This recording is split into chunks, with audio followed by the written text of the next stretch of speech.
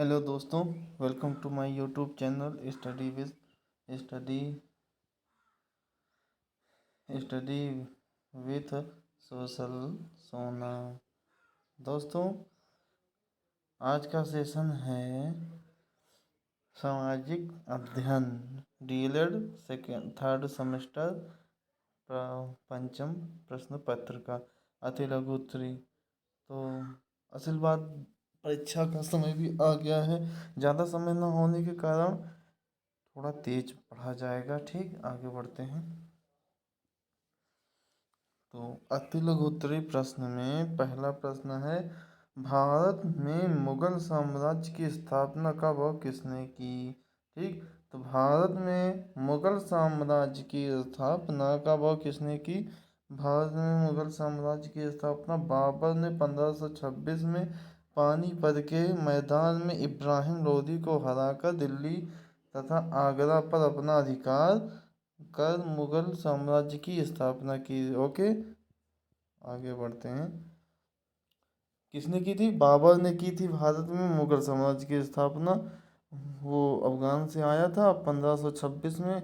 इब्राहिम लोदी से लड़ाई की थी, इब्राहिम लोदी को मार डाला था और उसके बाद वो राजा बन गया था। बाबर का चरित्र चित्रण कीजिए। बाबर को कलम का सिपाही, तलवार का सिपाही कहा जाता है। बाबर सैनिक कार्यों के साथ वह साहित्य में भी रुचि रखता था।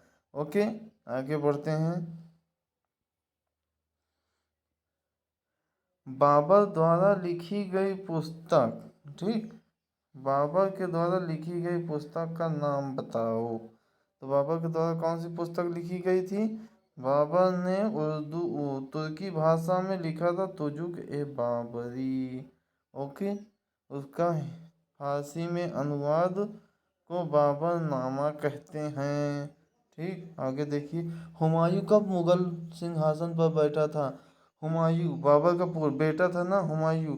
तो वो सिंहासन पर बैठा था 1930 में, क्योंकि वो 1930 नहीं, 1530 में हुमायूं सिंहासन पर बैठा था, क्योंकि 1530 में मर गए थे बाबर। बाबर मरा कहीं, दफनाया कहीं गया। ठीक, आगे बढ़ते हैं। शेर शाह दिल्ली का शासक कैसे बना?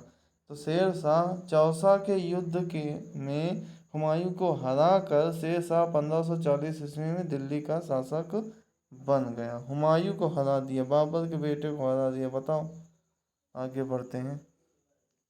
चैनल को सब्सक्राइब जरूर कर दें। ठीक, चैनल को सब्सक्राइब करें, लाइक कर दें, शेयर करें। ठीक है, आगे बढ़ते हैं। कलिंजर का युद्ध कब हुआ था? तो कलिंजर का युद्ध 1545 ईस्वी में। देखो, कलिंजर का युद्ध 1545 ईस्वी में हुआ था, जिसमें शेर शाह घायल हो गया। ठीक, शेर शाह घायल हो गया। अच्छा, घायल हो गया, बहुत बड़ा हो गया। अब युद्ध करोगे तो घायल तो होगे ही। आगे जा। शेर मंडल शेर शाह ने कहाँ बनवाया? तो शेर मंडल शेर शाह द्वारा दिल्ली के पुराने किले में बनवाया गया था। सब अपने अपने नाम का बखान करते हैं। आगे बढ़ते हैं। पानीपत का द्वितीय युद्ध कब हुआ? पानीपत का द्वितीय युद्ध 1556 ईस्वी में पानीपत के मैदान में हेमू के बीच हेमू के साथ अकबर लड़ा था और आगरा तथा दिल्ली पर अपना अधिकार किया था।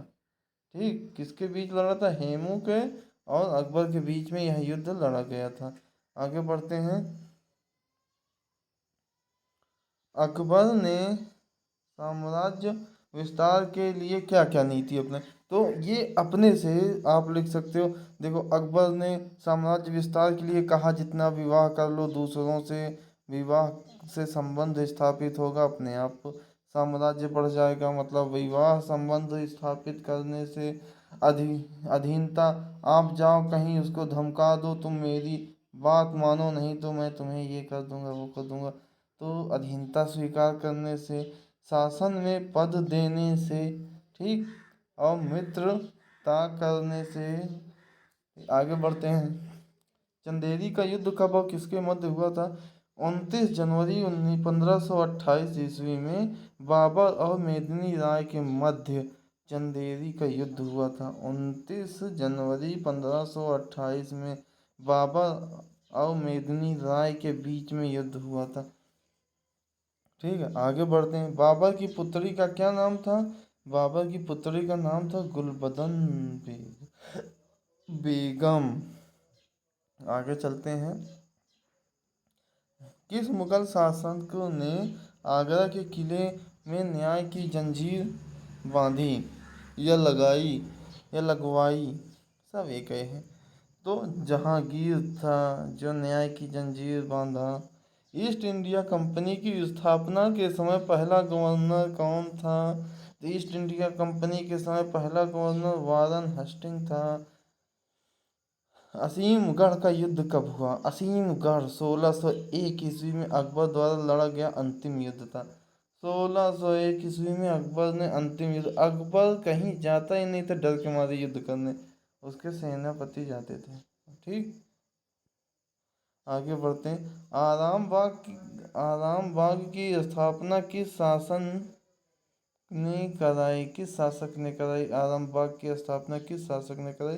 तो आरामबाग की स्थापना बाबर ने आगरा में 1528 ईस्वी में कराई थी। ठीक, डच महल कहाँ बना है? तो पुर्तगालियों द्वारा निर्मित केरल में बना है 1557 में। आगे बढ़ते हैं। ठीक, पुराना किला कहाँ है? तो पुराना किला दिल्ली में पुराना किला शेर शाह सूरी द्वारा 1545 ईस्वी में बना था। शेर शाह सूरी द्वारा 1545 ईस्वी में बना था। ओके, आगे बढ़ते हैं।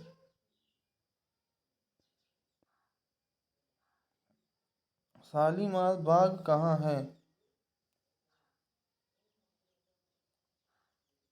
शालीमार बाग जहांगीर द्वारा बनवाया गया। यह कहाँ है? यह श्रीलंका में है। कहाँ है? श्रीलंका में। ओ सॉरी सॉरी सॉरी दोस्तों, ये है, ये बाग है श्रीनगर में। आगे बढ़ते हैं।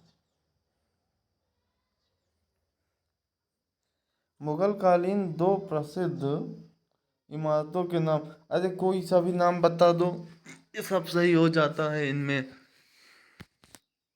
जैसे ताजमहल हो गया, ठीक, फिर लाल किला हो गया मुगल कालीन में। मुगल काल में जो बना था बस वही है मुगल कालीन। आगे बढ़ते हैं। मुगल काल के प्रमुख बंदरगाहों के नाम लिखिए। मुगल काल में जैसे लाहौर, सूरत, कालीकट, यही सब बंदरगाह थे। मनसबदारी प्रथा का प्रचलन किस काल में हुआ था? मुगल काल में मनसबदारी प्रथा का प्रचलन हुआ था। ठीक है। दीन ए इलाही धर्म किसने चलाया था? तो दीन ए इलाही धर्म अकबर ने दीन ए इलाही चलवाया था। आईने अकबरी की रचना किसकी रचना है? आईने अकबरी अबुल फजल की रचना थी। अबुल फजल। रामचरितमानस के रचनाकार कौन है? एक को तो सबको पता होगा, तुलसीदास। पूरा नाम गोस्वामी तुलसीदास। आगे बढ़ते हैं। लाल किला का निर्माण किसने करवाया था? लाल किला का निर्माण शाहजहां ने करवाया था। ठीक।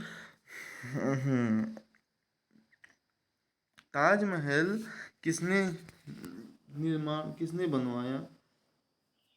अच्छा, ताजमहल का निर्माण शाहजहां ने अपनी पत्नी मुमताज महल की याद में बनवाया था, जो सफ़ेद संगमरमर से निर्मित आगरा में स्थित है। ओके। चांद बीबी कौन थी? तो चांद बीबी अहमदनगर की महारानी थी। ओके, आगे बढ़ते हैं। ठीक।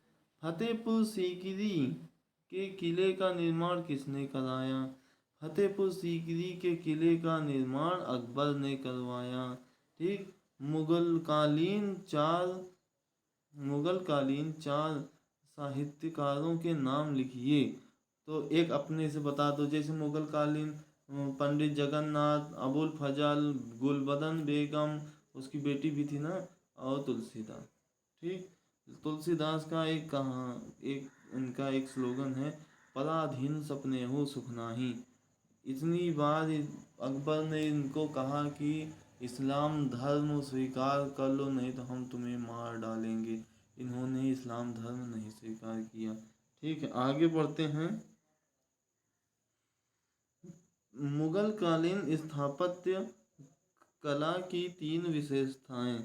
अरे जैसे मेहराब गोल होते थे, मेहराब वही गुंबद वाला, और भवनों में गुंबद तथा मीनारों की प्रमुखता थी। देसी विदेशी शैलियों का निर्माण था। ठीक है, आगे बढ़ते हैं। मुगलकालीन चार संगीतज्ञों के नाम लिखिए। तो तानसेन, हरिदास, लाल खां और अब्दुल रहीम खान खाना। शिवाजी की माता का क्या नाम था? भैया शिवाजी की माता का नाम जीजाबाई था। शिवाजी द बॉस, मैं इन्हें बोलता हूँ शिवाजी द बॉस। ओके, आगे बढ़ते हैं। शिवाजी द बॉस का राज्याभिषेक कब हुआ? शिवाजी का राज्याभिषेक 1647 सॉरी 1674 ईस्वी में हुआ था। आगे बढ़ते हैं। शिवाजी की किन्हीं 2 विजयों के नाम। अरे एक रायगढ़, एक कोंकण की विजय। ठीक है, आगे बढ़ते हैं। पुरंदर की संधि की 2 शर्तों को बताइए। एक देखो, पहली शर्त ये थी, बीजापुर युद्ध में शाही सेना की सहायता करेंगे। ठीक। और जो 23 किले बादशाह को देंगे फोकट में। शाइस्ता खां कौन था? तो दोस्तों, शाइस्ता खां है, ना कि कुछ और लेडीज नहीं है, जेंट्स है। हाँ, शाइस्ता खां औरंगजेब का मामा था और दक्षिण का सूबेदार भी है। तो शाइस्ता खां कौन था? औरंगजेब का मामा और दक्षिण का सूबेदार।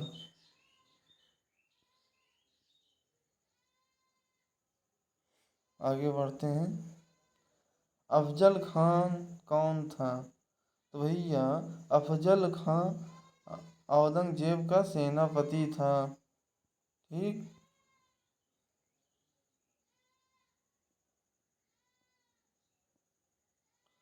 अफजल खां औरंगजेब का सेनापति था। पानीपत का तृतीय युद्ध कब हुआ था? पानीपत का तृतीय युद्ध 1761 ईस्वी में हुआ था। शाहजहां का शासनकाल कब से कब तक था? तो 1628 से 1658, 20 साल, 30 साल। औरंगजेब का शासनकाल कब से था? 1658 से 1707। बहुत शासन किया भाई साहब। हाँ, आगे बढ़ते हैं। कर्नाटक का प्रथम युद्ध 1746 से 1748 के क्या कारण थे? देखो, अमेरिका के जो उपनिवेश को लेकर आपसी झगड़ा हो गया था। ठीक। भारत में व्यापारिक प्रतिस्पर्धा और कंपटीशन बढ़ गया था, यही कारण था। आगे देखते हैं। टॉमस रो किस मुगल शासक के दरबार में आया था? टॉमस रो मुगल शासक का नाम था जहांगीर, उसके दरबार में आया था।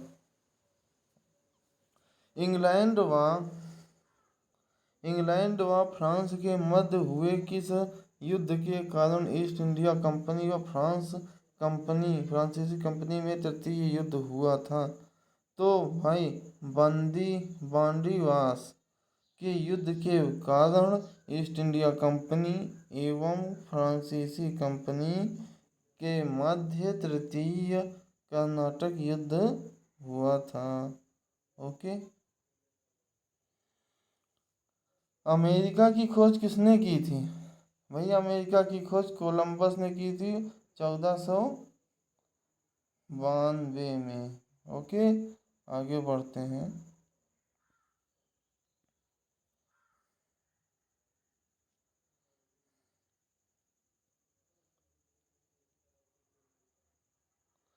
फ्रांसिस मार्टिन कौन था? फ्रांसिस मार्टिन कौन था? तो फ्रांसिस मार्टिन एक नाविक था बस। ओके, फ्रांसिस मार्टिन कौन था? फ्रांसिस मार्टिन एक नाविक था। आगे चलते हैं। कर्नाटक का प्रथम युद्ध किस संधि द्वारा समाप्त हुआ? तो कर्नाटक का प्रथम युद्ध एक्स-ला-शापेल की संधि से समाप्त हुआ। आगे बढ़ते हैं। ईस्ट इंडिया कंपनी ने भारत में सर्वप्रथम किस दुर्ग की स्थापना की थी? तो भारत में ईस्ट इंडिया कंपनी ने भारत में सर्वप्रथम मसौलीपट्टनम के समीप सेंट जॉर्ज दुर्ग की स्थापना की थी। आगे बढ़ते हैं।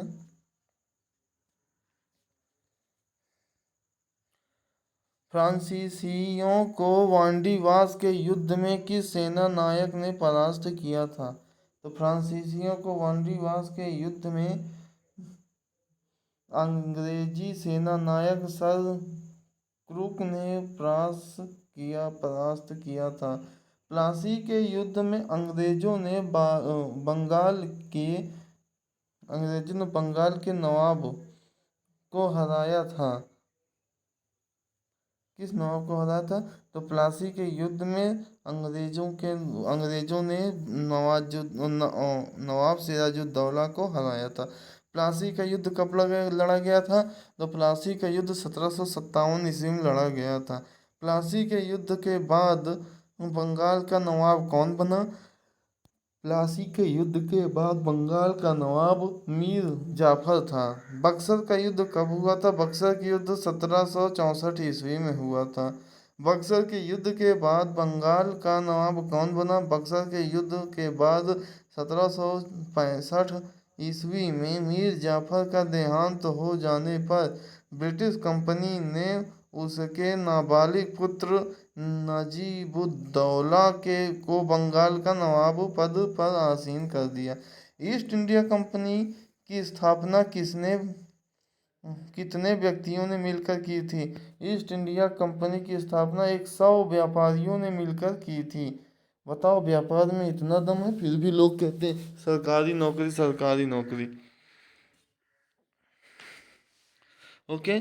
किस युद्ध के परिणाम स्वरूप भारत में ब्रिटिश साम्राज्य की नींव रखी गई?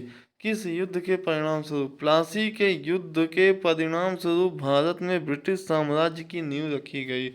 अलीनगर की संधि कब और किस किस के मध्य हुई थी? अलीनगर की संधि कब और किस किस के मध्य हुई थी? अलीनगर की संधि 9 फरवरी 1757 ईस्वी में अंग्रेज व सिराजुद्दौला के मध्य हुई थी। ठीक है, आगे बढ़ते। मीर जाफर कौन था? तो मीर जाफर सिराजुद्दौला का सेनापति, बाद में वह अंग्रेजों के सहयोग से बंगाल का नवाब बन बैठा। मीर कासिम कौन था? मीर कासिम मीर जाफर का जमाता था, जो सन 1760 ईस्वी में वह अंग्रेजों के सहयोग से बंगाल का नवाब बना था। आगे बढ़ते हैं।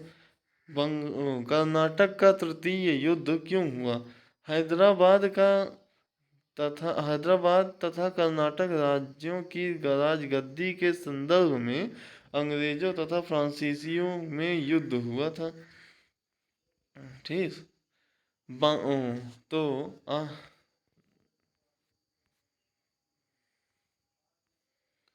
बक्सर का युद्ध का क्या परिणाम था? बक्सर का युद्ध 1764 में लड़ा गया था, तो इसका क्या परिणाम? बंगाल में, भैया बंगाल में मीर कासिम की पराजय से अंग्रेजों के पैर भारत में और मजबूत हो गए थे। ब्रिटिश कंपनी के भारत में राजनीतिक सत्ता हासिल करने के लिए क्या उपाय किए? अंग्रेजों ने राजाओं और नवाबों के बीच चक्र फूट डालना, आपस में लड़ाना आदि तरीकों का अपनाया।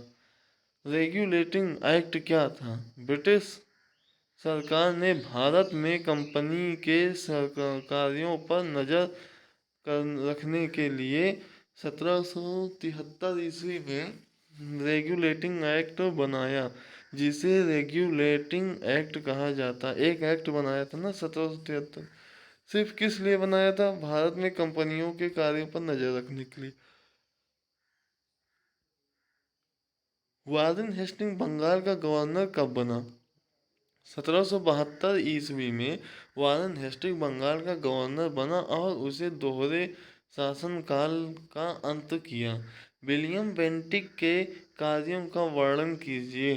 सन 1828 ईस्वी में, सन 1828 ईस्वी में विलियम बेंटिक गवर्नर बना।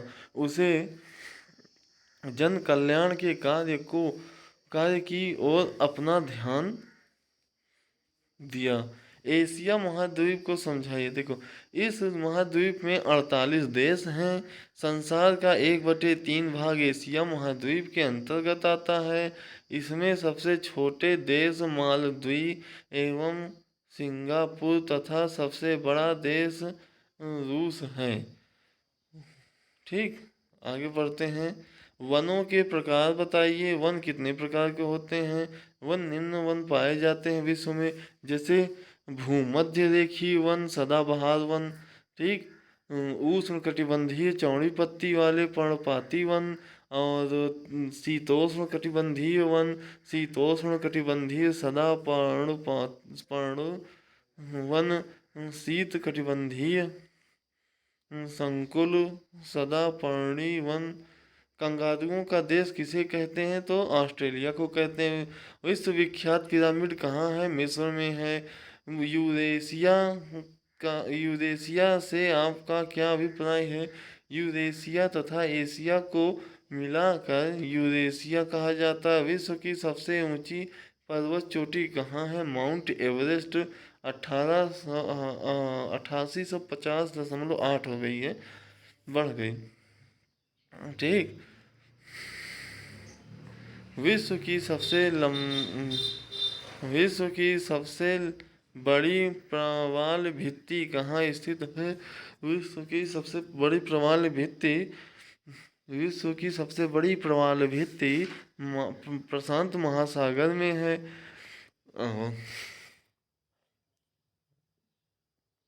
भारतीय जलवायु को किस नाम से जाना जाता है? तो भारतीय जलवायु को उष्णकटिबंधीय जलवायु के नाम से जाना जाता है।